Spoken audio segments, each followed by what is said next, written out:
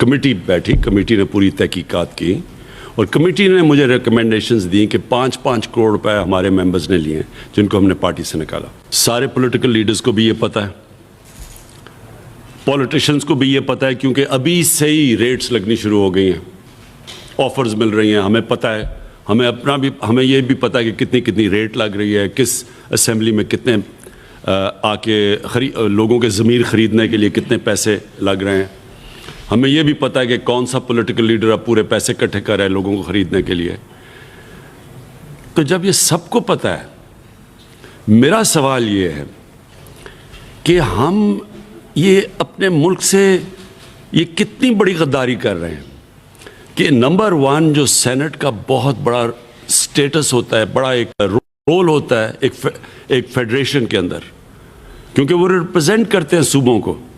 अब अगर वो पैसे दे के उसमें से कई सेनेटर्स ने पैसे दे के आना है, और फिर वो किस तरह के लोग होंगे जो पैसे दे के आएंगे? वो कोई हातम ताई हैं जो कि वो पैसे दे के आएंगे और फिर वो पैसे बनाने की कोशिश नहीं करेंगे। दूसरी चीज़, वो कैसे, अगर कोई पैसे दे के आएगा वो रिप्रेजेंट कैसे करेगा अपने सूबे को? उसके अलावा वो जो एमपीज़ पैसे लेके अपनी वोट बेचेंगे, ये कौन सी जमहूरियत के अंदर है? ये कौन सी किस किस्म की जमहूरियत है? तो मैं इसलिए पूरी कोशिश कर रहा हूँ। पहले हम अदालत में भी हम गए हैं, हम अब कॉन्स्टिट्यूशनल अमेंडमेंट भी लेके जा रहे हैं असेंबली में। दोनों मेन पार्टीज़ ने अपनी चार्टर ऑफ डेमोक्रेसी के अंदर जो साइन किया था, दोनों ने कहा था कि ओपन बैलेट होना चाहिए। तो मैं अब ये हमारी पता है सबको कि हमारे पास 2/3 मेजॉरिटी नहीं है, उसके बावजूद हम ये बिल प्रेजेंट करेंगे ताकि सारी कौम के सामने सबको पता हो कि कौन इस मुल्क में कोशिश कर रहा है करप्शन ख़त्म करने की, और कौन इस मुल्क में ऐसे लोग हैं जो कि इस मुल्क में करप्शन को बचा रहे हैं। ये सब सामने आ जाएगा इंशाल्लाह। अमेंडमेंट रखेंगे पार्लियामेंट में। मुख्तलिफ आपको जो है वो चैलेंज के टेस्ट की, लेकिन उसमें वो नाकाम रही। पहले इस्तीफों की धमकी, लॉन्ग मार्च की धमकी, दूसरे ऑप्शन, लेकिन नाकाम रही। लेकिन पंजाब में ये सूरत हाल है कि जहाँ पे एक बड़ी अपोजिशन जमात है, उसके अरकान असम्बली हर दूसरे रोज वज़ीर आला उस्मान बुज़दार से मिलते हैं और उनकी क़यादत पर और पीटीआई पर एतमाद का इजहार कर रहे हैं। तो आप क्या देख रहे हैं कि सेनेट के बाद इस पीडीएम का क्या मुस्तकबिल है? ये पीडीएम जो अब मुख्तलिफ बहरानों में जो चैलेंजेस देखने में नाकाम रही है, सेनेट के इंतखाब के बाद इनका क्या फ्यूचर देख रहे हैं? पीडीएम ने फेल होना था। मैंने अपनी पार्टी की मीटिंग्स में कहा, मैंने कैबिनेट में ये कहा, मैंने मीडिया पे ये कहा। क्यों फेल होना था इन्होंने? क्योंकि ये कोशिश कर रहे थे पब्लिक को निकालने के लिए।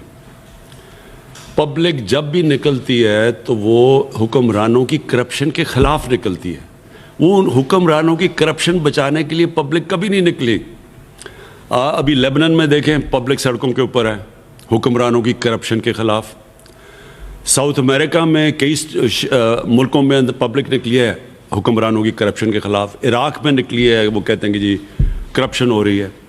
लेकिन कभी भी पब्लिक आज तक किसी करप्ट पॉलिटिशियन की करप्शन बचाने के लिए नहीं निकली, और ये कोशिश कर रहे थे और ये समझ रहे थे कि लोग बेवकूफ़ हैं। लेकिन उससे बड़ा बेवकूफ़ होता ही नहीं है जो पब्लिक को बेवकूफ़ समझे, और ये साबित हो गया। मीनार पाकिस्तान जो हमने 4 दफ़ा भरी है, क्योंकि मीनार पाकिस्तान तो भरा ही तब जाता है जब लाहौर के लोग चल के आए। तो जब लाहौर के लोग नहीं निकलेंगे, आप जितने मर्जी बाहर से कीमे के नान खिला के लोगों को लेके आए, कभी भी नहीं भरा जाता। तो ये जो फ्लॉप हुआ है पीडीएम, इसने होना था। सारे मुल्क के बड़े बड़े डाकू इकट्ठे होके मुझे ब्लैकमेल कर रहे हैं कि जी आपकी गवर्नमेंट गिरा देगी अगर हमें आप एनआरओ नहीं देते, यानी हमने जो डाके मारे हैं हमें माफ़ नहीं करते। तो इसने तो फेल होना ही था, और ये आगे भी इनका ये अपनी पार्टी से इकट्ठा रखते हैं। जी हुकूमत कल जा रही है, हुकूमत परसों जा रही है, हुकूमत 2 महीने में, ताकि इनकी पार्टी इकट्ठी रहे, क्योंकि नज़रिया तो है ही नहीं।